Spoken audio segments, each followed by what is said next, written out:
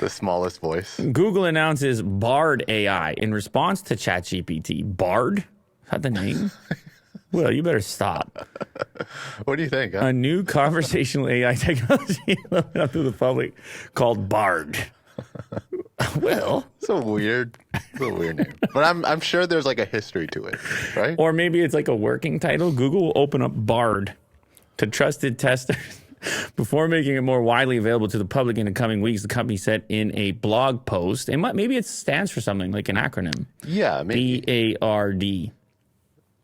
Well, they need to work on their branding to let CNBC know.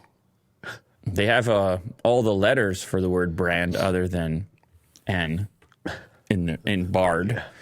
Google on Monday announced an artificial intelligence chatbot technology called Bard that the company will begin rolling out in the coming weeks. Bard is powered by the company's large language model, Lambda, or language model for dialogue applications.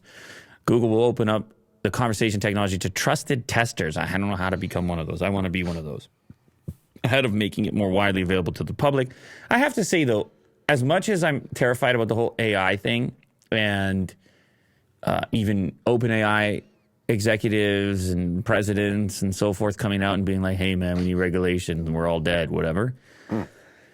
There's another scary side of it, which is if this thing becomes extremely useful and critical for day-to-day life, you don't want to just have one player that's doing it. Yeah. Right. There was already rumors they're going to charge you $45 a month or something. And this is in the short term. This is long before the Matrix and everything else. Yeah.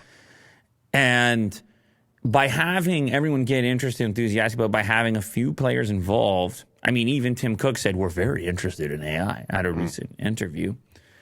Maybe, just maybe, a little bit of competition here means that you'll end up with better services for less, or maybe some sort of subsidized version in exchange for all your personal information, how Google would normally do it. But at least, I don't know, options. So it's not just haves and have-nots. You can imagine if you had these AI services at like $100, and that's not that crazy to think about. There's a lot of people who are going to be well behind that simply can't afford that.